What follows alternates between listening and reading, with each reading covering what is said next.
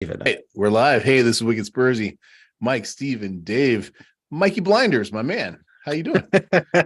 I love how you pick up on my Scully cap, and It is a look I am digging, man. it is I actually hope the it sticks around.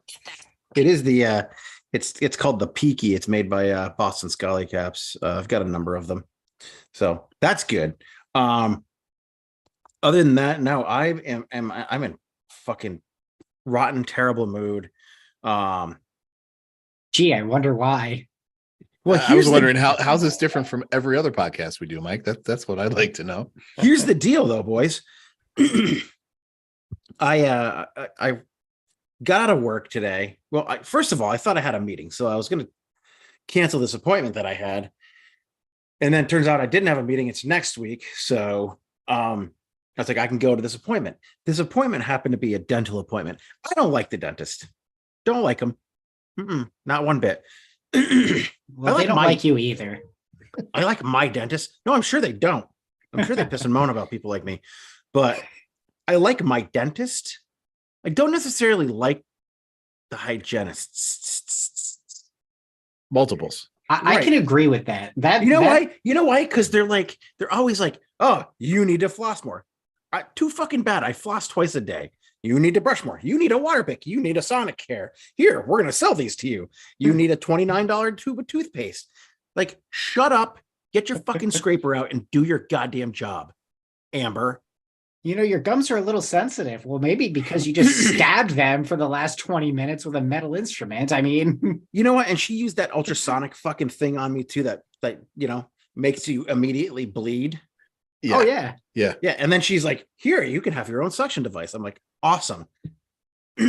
So anyway, an hour and a half I'm in this fucking place. She goes to town with this ultrasonic thing, puts me through all kinds of pain, and then decides that she's going to fucking use that scraper and scrape. While she's doing this, she's telling me how terrible my teeth are and that I need to get rid of my wisdom teeth that are on the bottom. Well, she's got her fucking hand in my mouth, so I can't explain to her that the trauma that I went through getting the tops out, I'm not doing the bottoms. They can rot out of my fucking mouth before I get those ripped out. Fine. Dentist comes in, says, you got some really old fillings. We're going to need to, do a little revamp on them. No big deal. I'm in an hour and a half. That's it. I missed the entire fucking second half of the Spurs game, which I wouldn't say you missed it. Which, we'll talk about it. Should we even talk about it? I did watch some of the highlights or lowlights. I should really? That must have been interesting. Where were those? But what's even better than Dave? Lucas's cross sort of off the corner far post, right? That was the highlight of the match. Sorry, we went there. Go back to your story. My story. It's going to end real quick because, like, in the middle of all of this happening, my phone rings. She sees it's my mechanic. She says, go ahead and take the call. I'm like, cool. I just brought my truck in for, I got an old truck. I just brought it in for a routine inspection. They call. Of course. Guess what it needs? Brakes all around. They're completely rusted out. Brake lines. Pads, rotors, nice calipers, lines too. Yeah. Brake lines. And those old trucks, they're metal. So you gotta replace those. Dude, you're in for thousands of bucks. Yeah, needs new exhaust. And guess what? Some soft spots in the frame. Truck is gone. I'm not paying. How old is that truck? It's a 2005. Well, it looks pretty good for being 2005. I'll give just you that. Just went over 100,000 miles on it. So I'm going to try and sell it to a junkyard or sell it on Facebook Marketplace. So anybody's looking for a piece of shit truck that you can't get inspected, give me a call. I'm your guy. So other than that, work was fucking great today. Work was great, just great. Sweet. Mike, me and my socialist friends got a big raise last week. So that's what happened in between. Congratulations. True socialism. Would you be sharing that among everyone else, that big raise, or would you be keeping that for yourself? No, everybody gets the same raise. In fact, no, but I mean everybody in the hospital. In fact, our contract dictated that everyone in the hospital needs to be brought up to $20 an hour by the end of fiscal year 25. Flat rate. So that's minimum wage at the hospital will be $20 an hour because of what we won. That's pretty cool. You still won't There's be your able to hire, socialist though. shit right there. You won't be able to hire because McDonald's will be paying 25 by then, and they'll still they already work do. there instead. Yeah. The Bagel Cafe pays, down the road pays fucking $25 an hour. Yeah. You know, it's funny you mentioned that because I heard this story. That's a place my wife likes to visit when she's working in the office, and it's not $25 flat. It's some wage plus tips to make up that, and they're assuming that you're making, that extra $5, $6, $7 an hour in tips by yourself, not dividing it amongst everybody else. It seems a little bit of a stretch to me. Yeah, indeed. Funny tip story, by the way. You guys know my oldest son, and Mike, you've seen him at his place of work where he is a server, right? Well, younger brother got a job there as a meal runner. He's not server status. He's a tier down. So he gets a share of the tips, and he's all excited. I know that neither one of them listens to this podcast, so I'm okay telling you the story. He's all excited about all the tip money he's bringing in. Older son is like, Dad, I don't know if I should tell him how much tip money I bring in, because he's only getting like 10% of what the rest of us get. But the kid's happy, man. Let him have his fun. I thought the older brother is going to be like, fuck that guy because he's getting a share of all the hard work that I do. Because your son, I got to tell you, he is a top-notch server. That's good. He knows his stuff without even like looking at looking back at the menu or referring to the menu. Like, he knows everything. He's also good at faking it. So he may have been selling you a load of something, and just, it's all about how you deliver, right? Faking it and delivering. Yeah. Yep. There you go. Reminds me. I'll forget it. Quick question, Mike, before we go to Steve. What did I came up with a name? Is it Paulie Montana? Was the mafia name that you pretty close? Pretty close. All right. I'm gonna keep thinking through this. Do I have one of them right? You do. Okay. You do. All right. You do. I realize nobody else in the world knows what I'm talking about, but I'm just gonna keep thinking and see if I can hit this. Steve, my man, how are you? I'm here, Dave. I'm so ready for this pod therapy. Because after what we just witnessed today, I think we all need it. There's a lot to get off my chest, but aside from the sports side of things, having a little bit of fun, both at work and with some potential recruiters who keep reaching out to me. It's fun being in a position where your skill set is in such high demand. But then I get these recruiters who are like, so would you be interested in abandoning your remote work and driving 30, 45 minutes into an office every day? It's right. No, how much I wouldn't. You paying? How much are you going to pay? It's like, oh, well, we can't exactly match your current salary. It's like, oh, so you want me to take a pay cut to come? Absolutely not. Start a union, Steve. You too can have a 26% raise. No, it's hilarious to me, the audacity of it. It's like, well, but it's a fun atmosphere. It's like being in my own comfortable space is all the fun I need. I don't need some Joe Schmo showing up at my desk asking me for the most mundane shit. I've already done that in my career. I don't like it. It's taking away from my productivity. Unless you're going to make me a really lucrative offer, I'm not doing it. It's just not going to happen. So that's been a little bit of fun because these recruiters, they just, I almost feel bad for them, but they're not looking out for me. They're not trying to get me a deal. They're trying to get their company a deal. So, sucks to suck, I guess. But yeah, good to be in the position where you can be selective, though, right? And be able to absolutely. take those in. The real fun that I've had, I had a conversation with one of the owners of my company today, and it always amuses me when somebody who is just starting to like dip their toes into reporting and analytics, when they ask me questions like, oh, can you do this really complex thing for me? Do you have the bandwidth? And it's like, do I have the bandwidth? Absolutely not. But if you want to maybe get me that head count that I've been asking for the last 6 months, maybe I can help you out. But No, it's, my job is one where I deliberately set up to make it look easy. But the reason it looks easy is because I've spent all of my time over the last decade or so learning how to do my job and do it well. So it's not like you can pick some, guy off the street to replace me. Don't break your arm patting yourself on the back there, Stevie. I am amazing. What can I say? It's a specific set of skills that I have.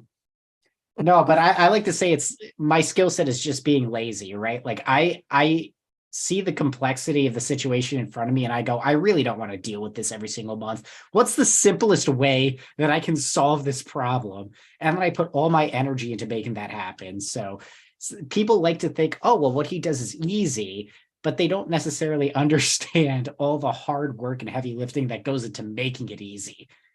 So that just amuses me. It was a fun conversation. I love the guys that own the company. They're some fun people to work for, but I'm so looking forward to when he realizes what is beneath the tip of this analytics iceberg. It's going to be a fun time.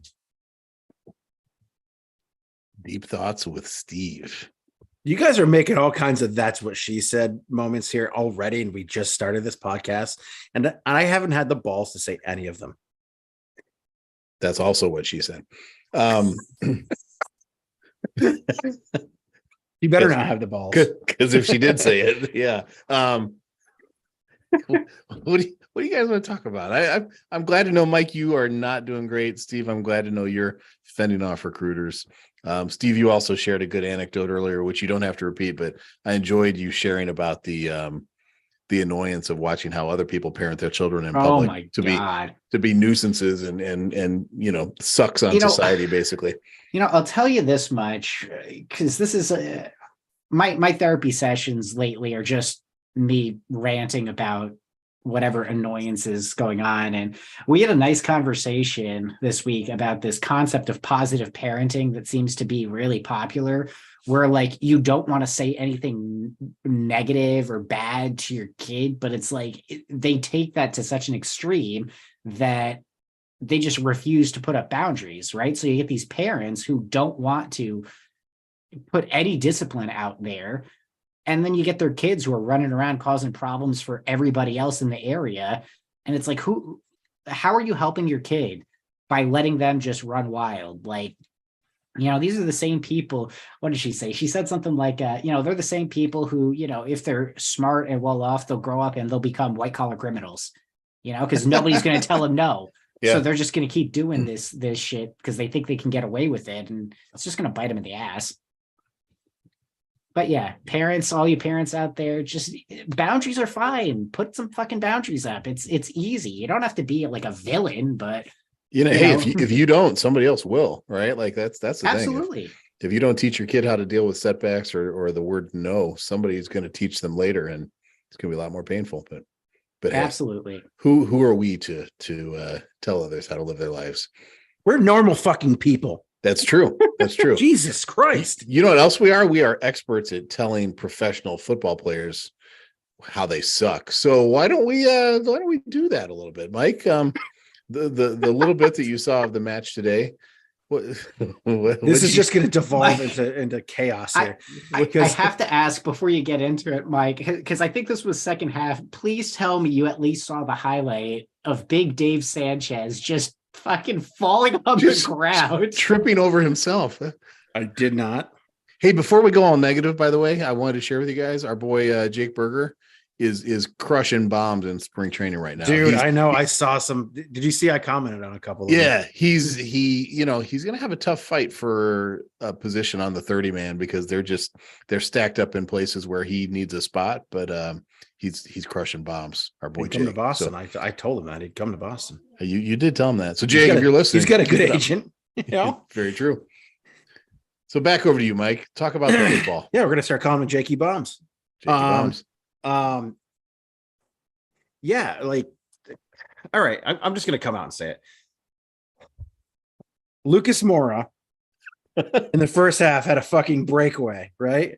Straight line breakaway, right? Straight Because he line only fucking runs in a breakaway. straight line. And he is like by himself, yet for some reason he found a way to find a defender and dribble into that defender. He did. Instead of shooting the fucking ball He still at got the it. keeper who was stumbling backwards because Lucas was coming at him so fast and wasn't ready for the fucking counterattack when he got the ball. And he still found a way to dribble into a defender.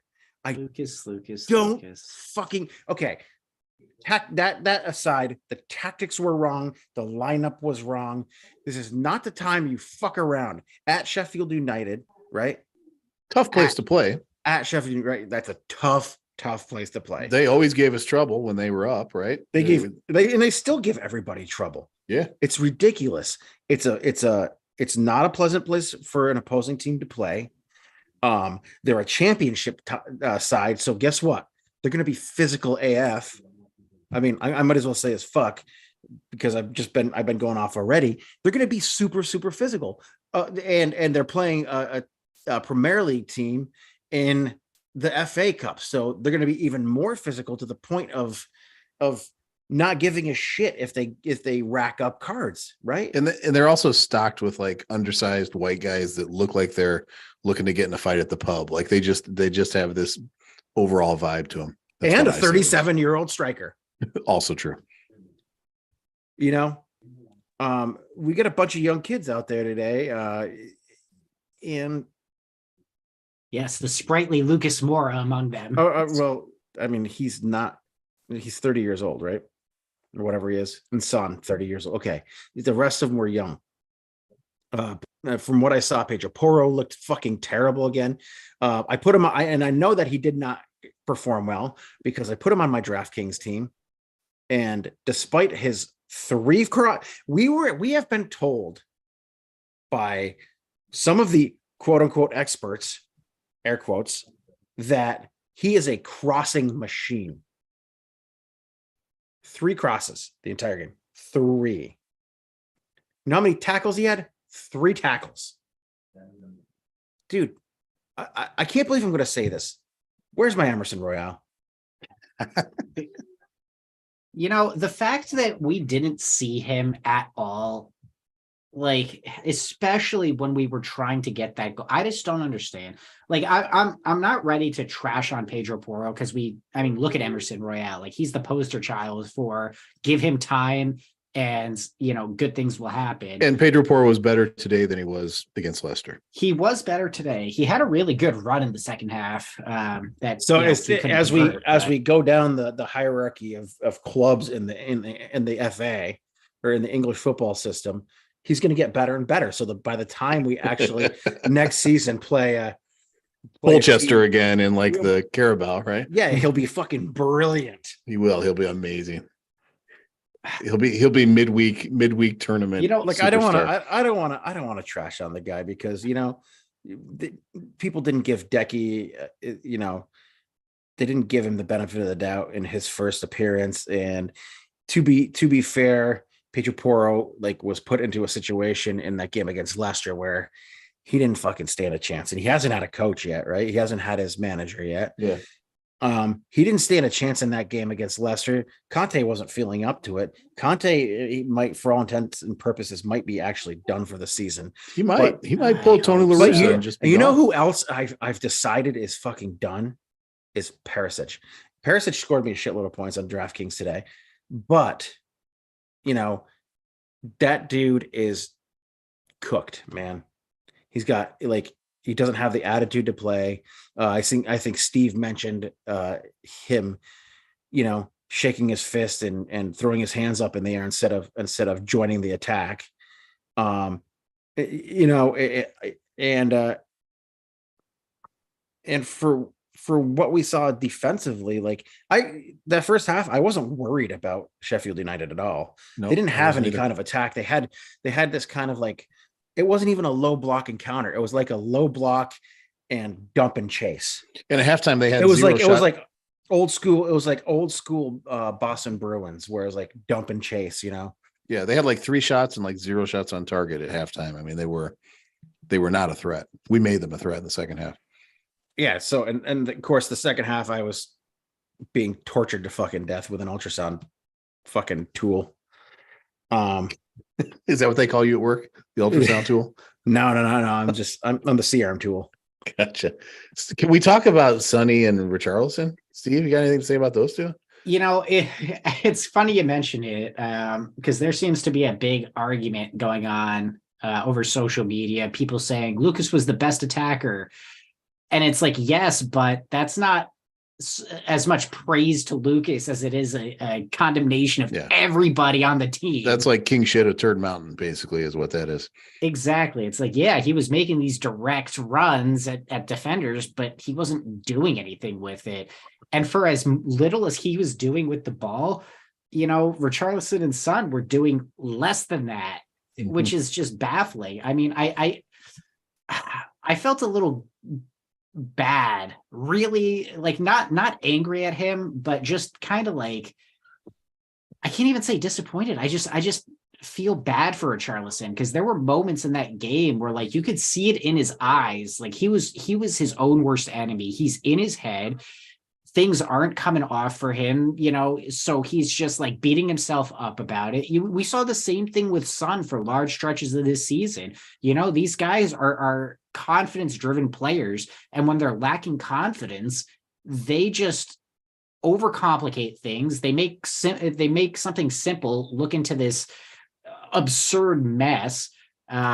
And we're that much worse for it. I really feel bad for him because this is a guy who desperately wants to get out there and justify his price tag, and it's just not working for him. Whether that's because of the injury issues that he's had, maybe he's not quite fit enough, or he's not playing enough, so he can't get into his rhythm, or maybe something else is going on behind the scenes, how he's being utilized by the coaching staff, how he's, what his instructions are during game. I don't know, but you could just see it in his eyes. Like he is just a man who is defeated, but so desperately wants to do something about it. And it sucks because we're at the point of the season. I mean, this game in particular, he should have come off much sooner than he did.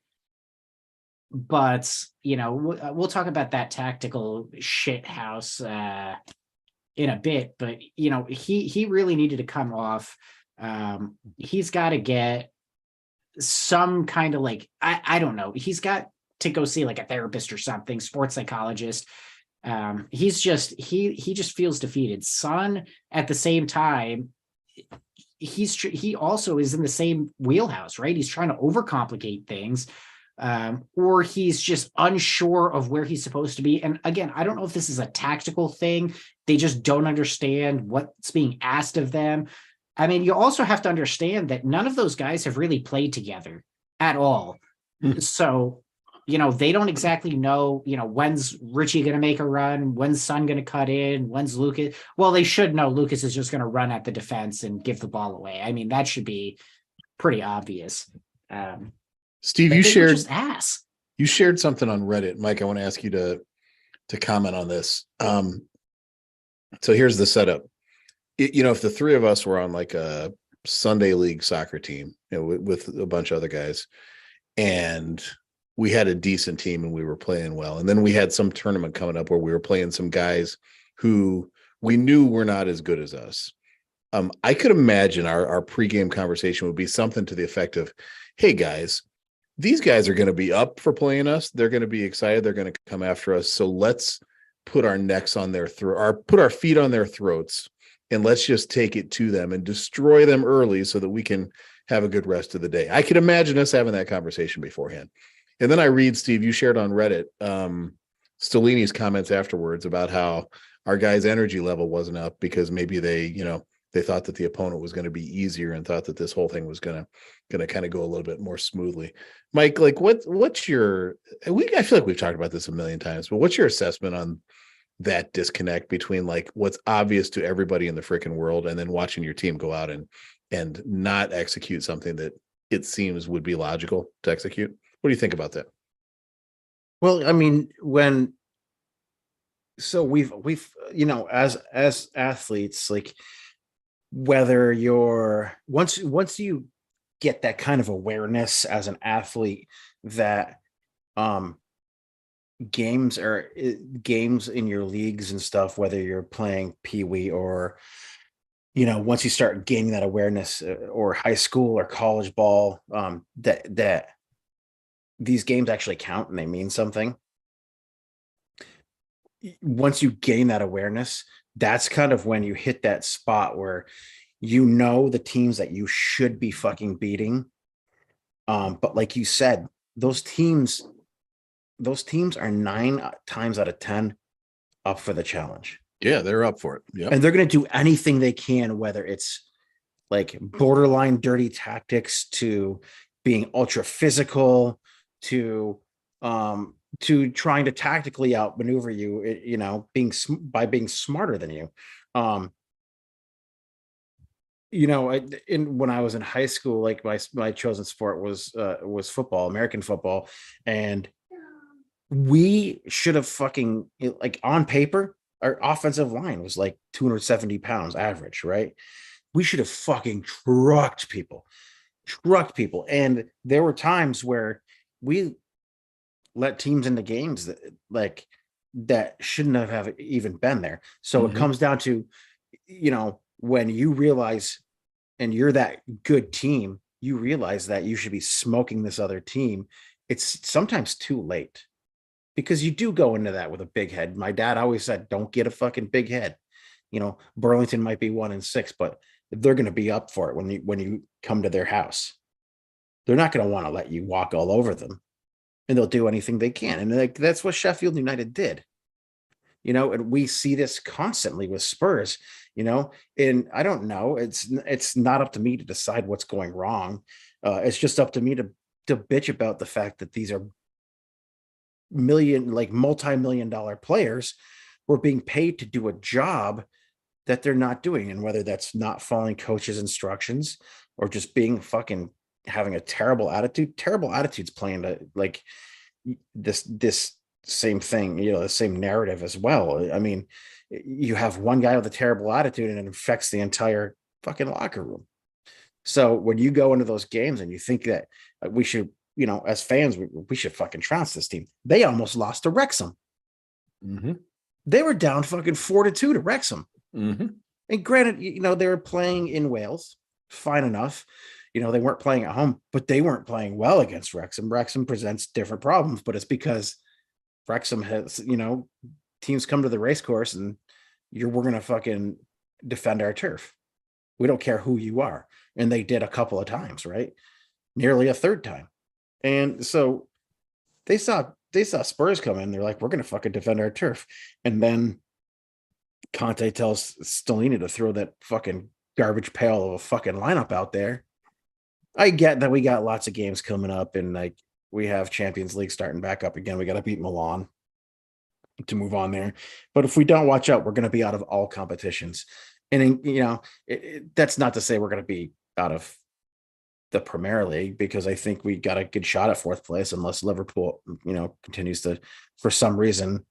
What Liverpool's like? You ever seen The Undertaker? Like, he would go down and then like you'd think he's fucking dead, just laying there in the middle of the ring, and then he just sit up and then he'd turn and look at you. Like, that's Liverpool. What the fuck? How are they still in this? How are we still in this? So I'm just kind of expanding on your question. I get it. Yeah, you are here, but you're doing a hell of a job. So, but it basically, yeah. The fact of the matter is, like, if you as a player can't get yourself up for the game, that those other teams that are there and they're up for it, whether they're better than you, whether they're worse than you, if they're up for it more than you are, and you could see it on a lot of those players' faces today, that they just either didn't understand what was going on or they weren't into the game at all. I think that Richarlison and Son just weren't mentally into the game today, especially in that first half. Like, Lucas could have easily, pulled that ball back instead of dribbling into those two defenders. He could have pulled that ball back and found someone to pass to, but there wasn't anybody to pass to. And Richarlison and Son were trailing so fucking far behind. Like, and it happened the entire game. Let me just say, unless you are injured or you've got personal issues going on, which happens to everybody, right? I can accept that personal stuff can affect your professional output. Conte's entire year. Unless it's one of those two things, there's no excuse. There's no excuse for not showing up. There's no excuse for not being ready to play. You're Steve, being paid millions of dollars. Yeah.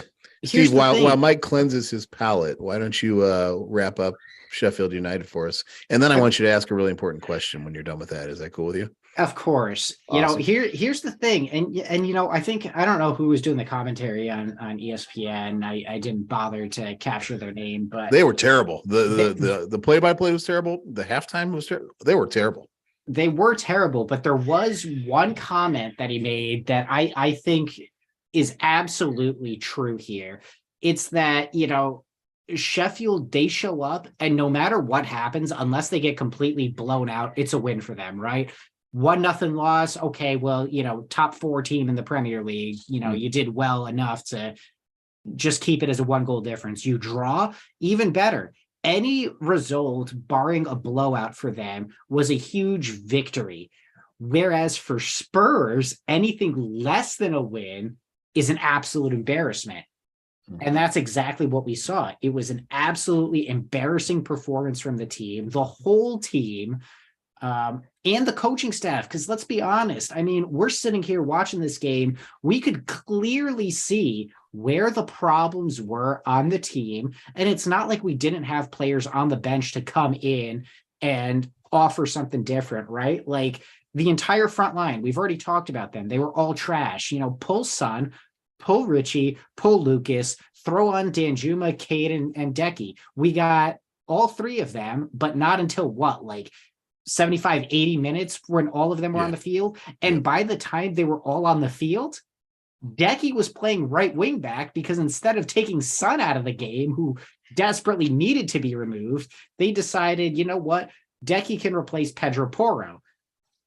Okay, Pedro Porro, not a great game. I get it. Emerson Royale is right there. Like, there's somebody who can go in and inject something into the game. He's on a tremendous streak of form. Go to him. Davinson Sanchez is an absolute dumpster fire defensively. He was causing so many mistakes in the back, especially that one that I was talking about earlier, where he just looked like his legs like gave out from under him in the middle of the field and just allowed a counterattack to happen. Pull him out, put Romero in. If you had made, if the changes would have been, Son, Richie, Lucas, Pedro Porro, and Sanchez for Danjuma, Cade, Decky, Emerson, and Romero, I think we have a much different game on our hands. I think that is an opportunity for us to actually get something out of it. But the fact is, we saw one sub in Kane, an hour into the game, and then we didn't see any more until 75 minutes. That, to me, is indicative of not just the team not caring enough, but the coaching staff just being unable or unwilling to recognize that some of their star players aren't up for it. If you're watching this game and you're saying, hey, you know what, the energy is low, these guys aren't taking it seriously. You had halftime to address that with them. If they're still not doing anything, start pulling these guys, putting them on the bench and throwing some other guys in there who actually want to do something with the game. It's baffling to me. Stellini, he's had his, up until today, 100% record. But, him and Conte, they do the same thing with their subs. They wait too long and it never works out. I am so sick of this. The thing is, like, so much has been made of the Stellini 100% deal. The other side of that coin, though, is that Conte is calling in and making these subs. He's watching this game. He's calling in. He's making these subs. I understand that Stellini's probably giving the on-field instructions, but somebody's telling Stellini what to do. Yeah, and honestly, if that's the case, if Conte walks in the summer, like, okay, fine. There's nothing. I'm not attached to him. I don't care anymore. He doesn't care anymore, clearly. But yeah, it's like, you can't just blame the players. This is a whole organizational issue that needs to be resolved. It's not going to be done this season. We're not going to address any of these problems until the end of the season. But I mean, for me, it's clear. Conte's got to go. We need to get some of these other guys out. The other big thing that statistic that I saw since the 2017-18 season, every time we've gotten knocked out of the FA Cup, one or both of Dyer or Sanchez has been in that lineup. Davinson Sanchez and Eric Dyer have been part of 7 consecutive FA Cup losing streaks. There's your consistency there. Like if you're looking for a pattern as to why we keep getting bounced this early in the competition, there it is. Stop playing those fucking guys together. And you know what's crazy? You know what's crazy, guys? Had we recorded on Monday during our regularly scheduled time slot, we'd be having a totally different conversation. We can still have that conversation. We can, but it would have been a completely different conversation. Yeah, because like what is it's Chelsea? amazing. Shit, right? What is shit?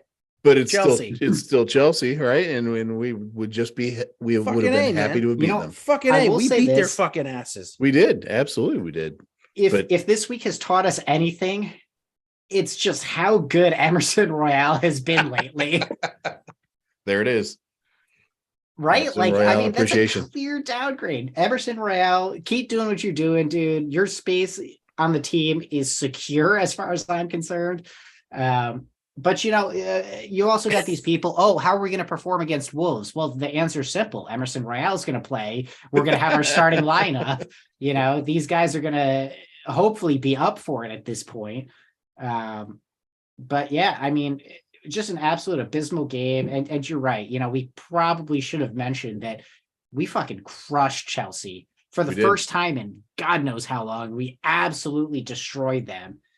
You know, I really think that, like, do you think there was a second where they're like, Harry, you're going to sit on the bench today? And he was like, no, I'm going to play. And they're like, no, you got to sit on the bench. We need you to rest for the league and for Champions League.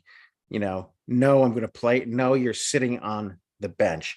And then I guarantee around the 80th minute, at some point, he wrote a little note out, sent it to Stellini. Stellini opened it up, looked at it, and it said, I fucking told you. Harry Kane's gone. Put me in, Coach. I'm willing to guarantee if Harry Kane's not gone, that he never doesn't start another game ever again. Like he literally won't allow. There won't be any reason for him not to. We're going to be bounced from every competition we're in, so it's just the league to focus on. But look, you know, with the tactics and the lineup, you know, I really just want to know what Conte is smoking to have that kind of tactical setup, but I'm not going to get an answer from him anytime soon. He's not going to. You can't say, "Hey, Conte, what you smoking?" Right? You can't ask that question. But I can ask a different question, and that question is this: Hey, Mike, what you drinking? Hey, I love when you ask that. I thought you were going to say what you're smoking. This is Vermont after all. This is Vermont after all. Today I have a fun looking one. And you know, it's not always a guarantee of quality, but we'll let you go with this. No, it's a quality brewery though. All right. But it looks like something you might drink if you were smoking something. What the fuck is that? No, I love it. Look at all the little gnomes. That is the greatest can art I have ever seen. Isn't it? It's fucking great. I need that. Mike, afterwards, you send me where you got that, because I'm gonna have to go pick some up for myself. Oh yeah, absolutely. Boom, done. Is it's obviously by Omegang. Is it called Nomagang? Is that the name? It is. Nice. It is. So this is a fucking heavy Belgian blonde. Well, they're the purveyors of fine Belgian beers, right? I was gonna say don't talk about the ladies that way, but okay. The beers are Belgian That's women. Fine. I like blonde ales, but like I like the blonde ales like when you go to Canada and they call them blonde ales, when that means they're actually like lagers or pilsners. I don't necessarily like Belgian beers. I don't like that yeasty kind of banana, apples and banana type flavoring. Belgian blondes are great. Typically they're pretty great, but they have that yeasty taste at the back end of it that I don't really like. Omegang makes great beer though, and typically if I go for a Belgian beer, this is it. So I've never had this one. I just saw the can. I was like, I'm going for this. Very So nice. pardon my big fat hand in the camera for anybody who's two people watching. All right. All right. Look at that. You guys are the real MVPs. Oh yeah, it smells like a blonde. Certainly it more smells than like a anybody Belgian. on the Spurs team from today. It smells like a blonde. That's what he said. I'm telling you, Flav is going to allow me on the show one of these days. I hope so. That'd be fantastic. Yeah, I'd fit right in with those dudes. I'd be like the American version of. Till Barty said something you didn't like when he was guesting, and then you got in a fight with him. That'd be pretty cool. I'd pay to see that. This beer smells great. Mike versus Barty. You would beat the living crap out of Barty. No question. I don't know, dude. He looks squirrely. He looks like he might be squirrely. And he's a spry fella. He looks spry. He runs and shit. He does marathons. You know what that means? He's probably fit. I'd last probably about 45 seconds trying to chase his ass around. But that's 45 seconds of power, brother. Right? You're bringing it. Oh, I would bring it. I've got a beer advocate review that I'm going to read for this one. Oh, this is fucking great. Then, please tell me it's our friend. No, it's I was looking for him, but I did not see him. But this one is pretty good. I think this has got a nice three finger head on it. We're gonna give it a shot, see what it tastes like. My favorite measurement. Looks biscuit or soap? Looks biscuity. Soapy biscuit. Soapy biscuit. That's a good title. Soapy biscuit. I do kind of like that one. I think I rather. It's like silky pudding, right? So soapy biscuit. So, that's Oliver Skip's nickname from us, right? Soapy biscuit. Because he's so clean and hearty. Precisely. Steve, while Mike is contemplating this, I was going to tell you. You mentioned Canada earlier. I read an article today on. Actually, I think it was out of the Guardian, talking about how these like feral, crazy hogs from Canada are invading the US and killing all the crops, like even more so than other feral hogs. So would you believe that Canada figured out how to take us out by releasing pigs to come and destroy America? That's what it's come to. That's where they get their Canadian bacon. We got spy balloons coming in. We got a bit, but it's the pigs that are going to actually take. That's where they get those pigs give us Canadian bacon. That's where Canadian bacon comes from. God, interesting. I knew it. I knew Canadian bacon was gonna fucking kill us. Right? Like English back bacon isn't bad enough. They had to. The Canadians had to release more fucking terrible bacon on us. Give us normal bacon or just don't bother. Something cured and smoked. This fucking beer is fantastic. It's spicy. It's got a little bit of alcohol burn. It's 9.5%. You don't see that in a Belgian blonde that often. You're usually around like 6 to 7, 5.5 to 7. This beer does have that banana-y taste, but like with Belgian blonde ales, like they add.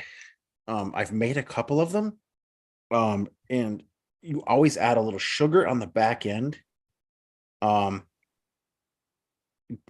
you're canning or bottling or right before canning or bottling, it lightens the flavor and it lightens the color, and it gives it a more carbonated consistency. So they're always a little bit more carbonated, very bubbly. The French beers are always like that anyway. And it's because of the yeast that come out of that section of the world. But yeah, this fucking beer is really good. It's tasty. I'd have more than one if I didn't fall over afterwards. Yeah, I really like it. And I'm gonna give you guys a little hint since you've written down your numbers. They're in. They're in. They are in. It's not over 4. It's not over 4. The really good scale. He still got me guessing, Steve. No. It's not over 4, but it's close. This is like a high alcohol, like lawnmower beer. Like you would drink this, mowing your lawn on a nice temperate summer day. I like it.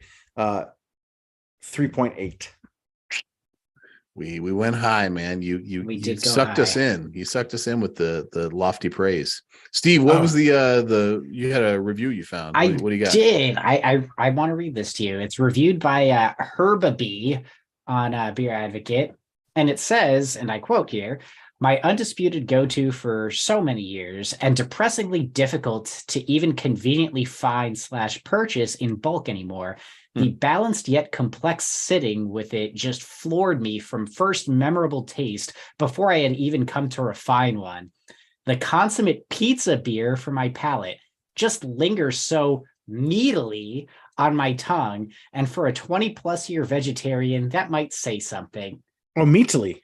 Meatily, yes. And has always tasted even so much better when in beautiful company.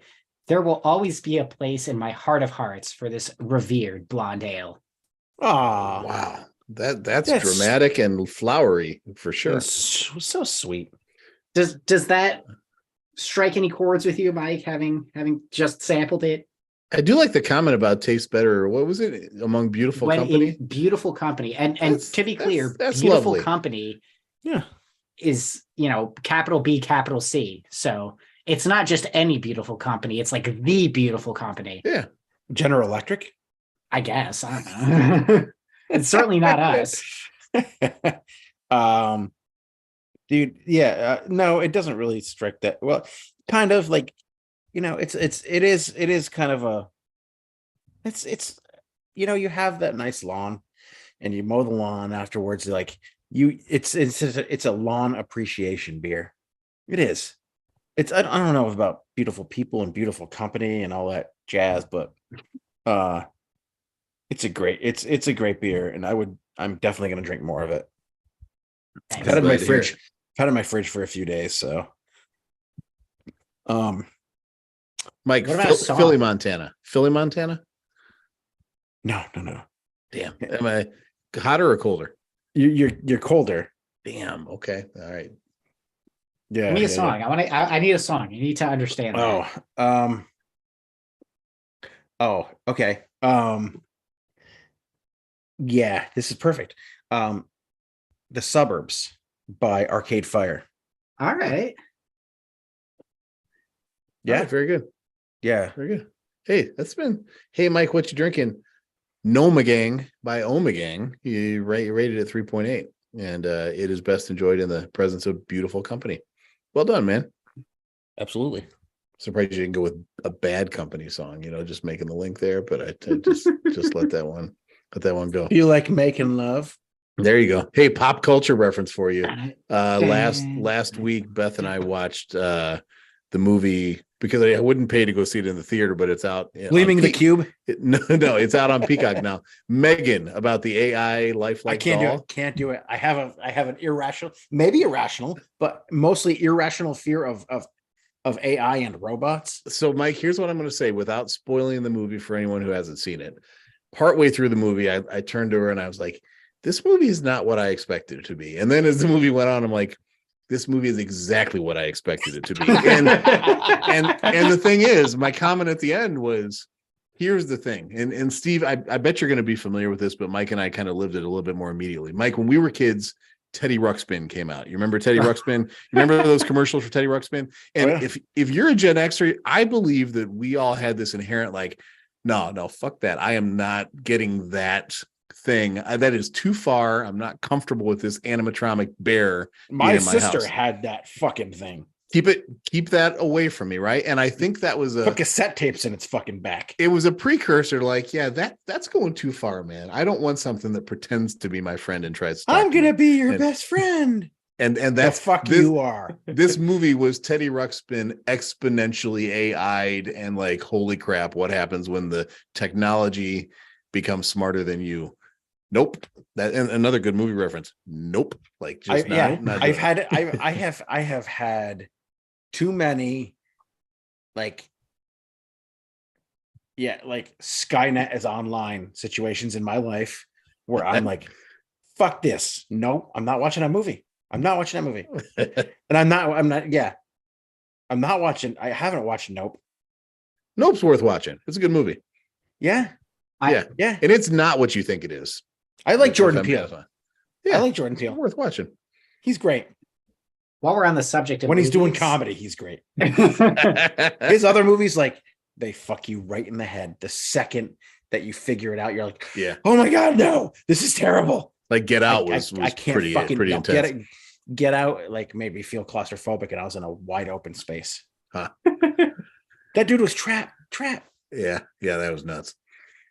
Now, Anyway. on the subject of movies, I'm excited. My mother-in-law's coming up this weekend, so I'm You're gonna use excited. that.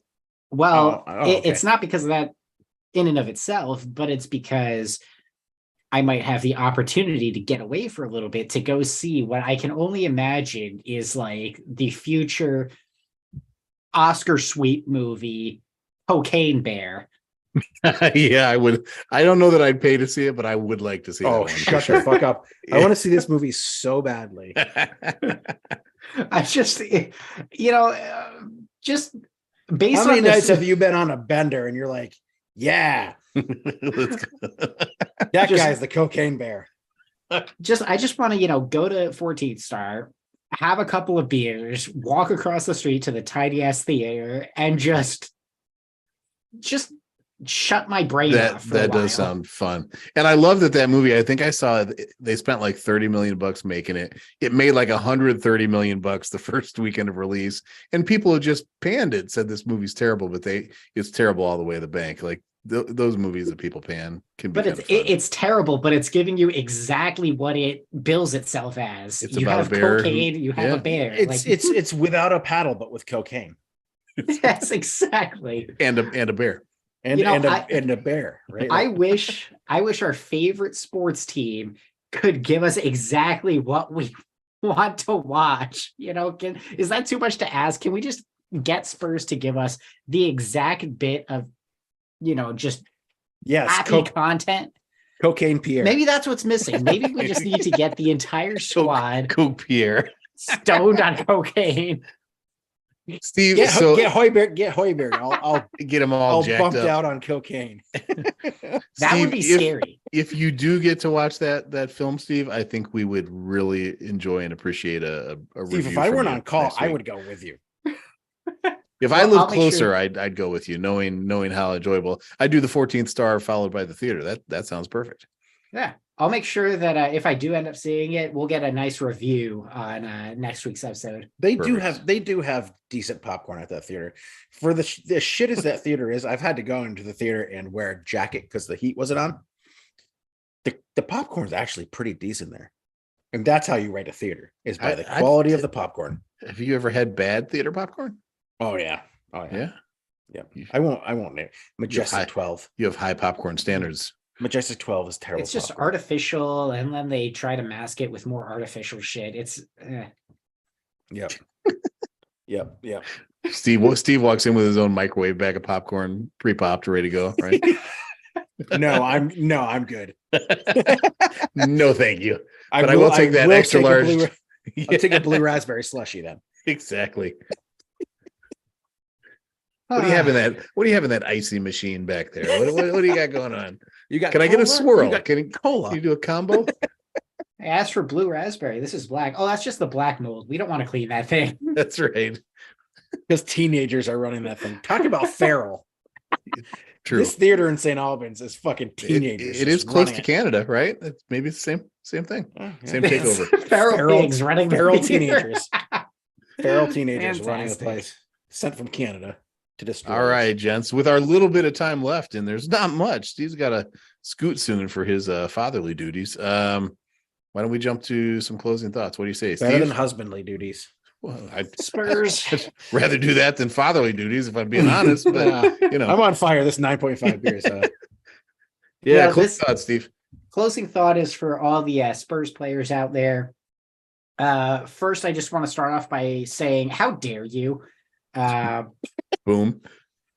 Second, please, for the love of God, just get us a win against Wolves. I mean, that's all. I don't think I'm asking for much. It's not like Wolves are a super strong team. They did draw. Did they draw Liverpool today? Not sure. No. They lost to Liverpool. They lost to Liverpool. Yeah, 2-0. Liverpool's now 6 points behind. Fuckers. Well, And still have a game in hand. can they lose to us too? Like that's what I'm sorry. I was addressing the Spurs players. Just beat Wolves. Like if you beat Wolves, I'll at least be content. And we can bookend this shit sandwich with at least 2 delicious slices of bread. If that's the way you want to think about it. But please, for the love of God, show up, get Emerson Royale, trucking on that right side again. The Emerson Royale Appreciation Club. That's what we are. Hey, for all the shit the fan base has given them, and And us. myself included, I have been very critical of him. The dude's turned it around. Like there's no ifs, ands, or buts about it. This dude, he put the work in. I don't know what clicked in his head, but he is on fire right now. And I'm actually honestly looking forward to watching a game with him and Decky bombing down that right side together. Like that to me is going to make for an enjoyable game. And I hope that the result can just wash away this sour taste of this FA Cup loss. Steve, I read somewhere that Emerson said that the thing that flipped for him, the switch was shutting down Grealish. The 2 instances where he kind of made that happen with him, that was what it was. If that's true, so be it. And by the way, I am really fond of your statement. How dare you? I like that as a that's also a candidate for episode title. How dare you? That's like something Andy Bernard would say on The Office. How it was actually Kelly Kapoor. Kelly Kapoor also said that. Yeah, no question. All right, Mike, over to you, my man, Mikey Blinders. What's Mikey Blinders? I love that. Yeah, it's my Arthur Shelby look, right? Except I'm fat. But listen. We fucking lost in a cup match. What's fucking new? Right? People are all fucking angry. As I sat there in the dentist chair today, it felt my watch vibrate 300 fucking times. Yeah, sorry. That was us for a bit of that. I couldn't watch this game. I was like, can I just cast it to that TV that's over there so I can watch while your fucking hand is in my mouth torturing me? I'm glad I didn't watch it in the second half, but I can tell you that we lost in an FA Cup game. What's fucking new? This is further than we've gotten the FA Cup in the past 4 years, right? I don't want to reopen this again because we've discussed it to death, but for the love of God, I can't believe they went into that game with no energy, knowing our history in the FA Cup over the last however many years. What the fuck is wrong with these people? Anyway, sorry, Mike. Continue. And Steve just sent me that clip of Davinson Sanchez. Yeah, Davinson. Yeah. So anyway, so what? We lost in the FA Cup. We lost out in Carabao. We're not going to get a domestic cup this year. Who fucking cares? We're in the league. We're in Champions League. We're in prime position. We've been playing well when we don't have a fucking team that has Ivan Perisic and fucking no Harry Kane and an off Son and Davinson Sanchez and Ben Davis playing fucking left back, just boring ass vanilla ice cream. Ben Davis playing left back. Who's he's a great player. Ben Davis. No. Ben Davis is like, what the fuck? What is this position I'm playing? I'm a fucking wing back now, right? So we get back into the league, it's going to be completely different. I know our friend on the other side, Chris, on the other side of the chat, said that we're definitely losing the Wolves away now. Dude, it's not going to be the same lineup. It's not going to be the same tactics. It's going to be completely different. We're playing in the league against Wolves, and it's something to play for, which is Champions League next year. Now, look, guys, the league is completely different than the cup matches. We haven't won cups in the past. Who fucking cares right now? What we need is Champions League. What we need is to continue to draw in fans and get people happy about our position in the league. And finishing fourth is the way to do that. Finishing fourth is fucking fun, man. It is fucking fun, and it's what we look forward to. We don't look forward to Carabao Cup. We don't. We look maybe we look forward to Audi Cup, whatever the fuck that is. We won that thing, and we did in 2019, right? Yeah. Lucas lifted a cup. Lucas stealing the ball, and giving it to Harry Kane for a fucking midfield goal against Chelsea. But like. I don't understand the doom and gloom because we lost one fucking game. I get it. It was Sheffield United. It sucks. We fucking lose the stupid pirate swords. We lose those fucking guys all the time. The stupid pirate swords. It happens. It's not stupid. Don't get your panties in a bunch. The season's not over because we lost to Sheffield United in the FA Cup. You know what that means? It means we have fewer fucking games to play. Yeah, the season was over months ago when Conte stopped giving a shit. When he stopped showing up. Yeah. Yeah, but we were in fifth place at the time, and we were 5 points behind. And now we're in fourth place, and we're in the driver's seat, up 4 points. We can lose a match and not have to worry about it as long as we continue to build. But I think we're going to continue to build. We smoked Chelsea. We didn't look great in the first half against Chelsea. We didn't look terrible at all by any stretch. You know, we looked like we were in the game, and we actually managed some shit after being literally slapped in the mouth. I mean, you know, it is what it is, but I think we're going to come in. We're going to play Wolves to the best of our ability. I think that Harry Kane's going to score. I think we beat Wolves 3-1, honestly, and I think we're going to keep this train just. We're going to keep it on the track. We're going to keep it moving forward because the goal is top 4. The goal's always top 4. Mike, you know, I gotta you don't say, see Arsenal fans saying, "Oh fuck, our season is over because we got ousted from the FA Cup." You don't see people bitching about that, other than Spurs fans, because it always seems like it's a team that we should beat. Who gives a shit? Well, Spurs fans and commentators who can talk about nothing other than Spurs' lack of hardware in recent years. You know what I mean? Like that's the constant talking point. But hey, Mike, I happen to agree with you. I agree with all you're thinking. Here's my closing thought. Next time I'm in London, of course, my hope is that I can get tickets to see our Spurs play live. However, if I can't, you know what I am doing? I'm going to the number one outdoor tourist attraction in London, the Dare Skywalk, and then I'm getting tickets to the go-kart track where I am going to kick some ass and become the next adult driver of go-karts that is world famous. That's what I'm talking about. So is there one now? I will be the first.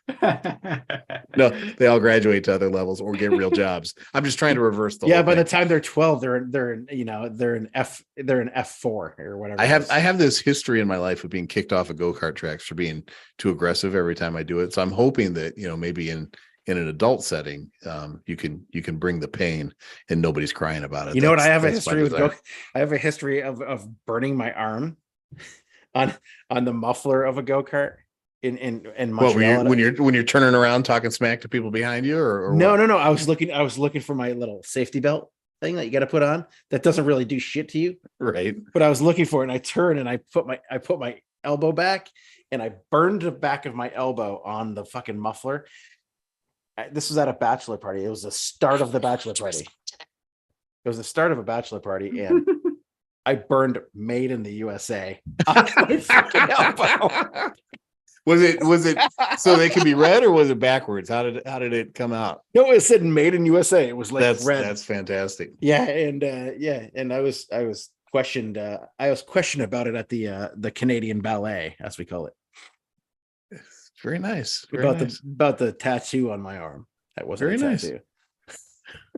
All right, gentlemen, that's 3 Canada references in one conversation tonight. This has been Wicked Spursy. Listeners, we appreciate and adore you. To those people watching us live, you are the best, whoever you are. Give us a shout out so Hi, they know Mom. who you are. Yeah, I'm Thanks to my sister. Thanks so much. But hey, Steve, what would you say as we depart? Don't be an asshole. That's what I expected. And Michael? Lucas, you're dead to me. Ooh, little twist. And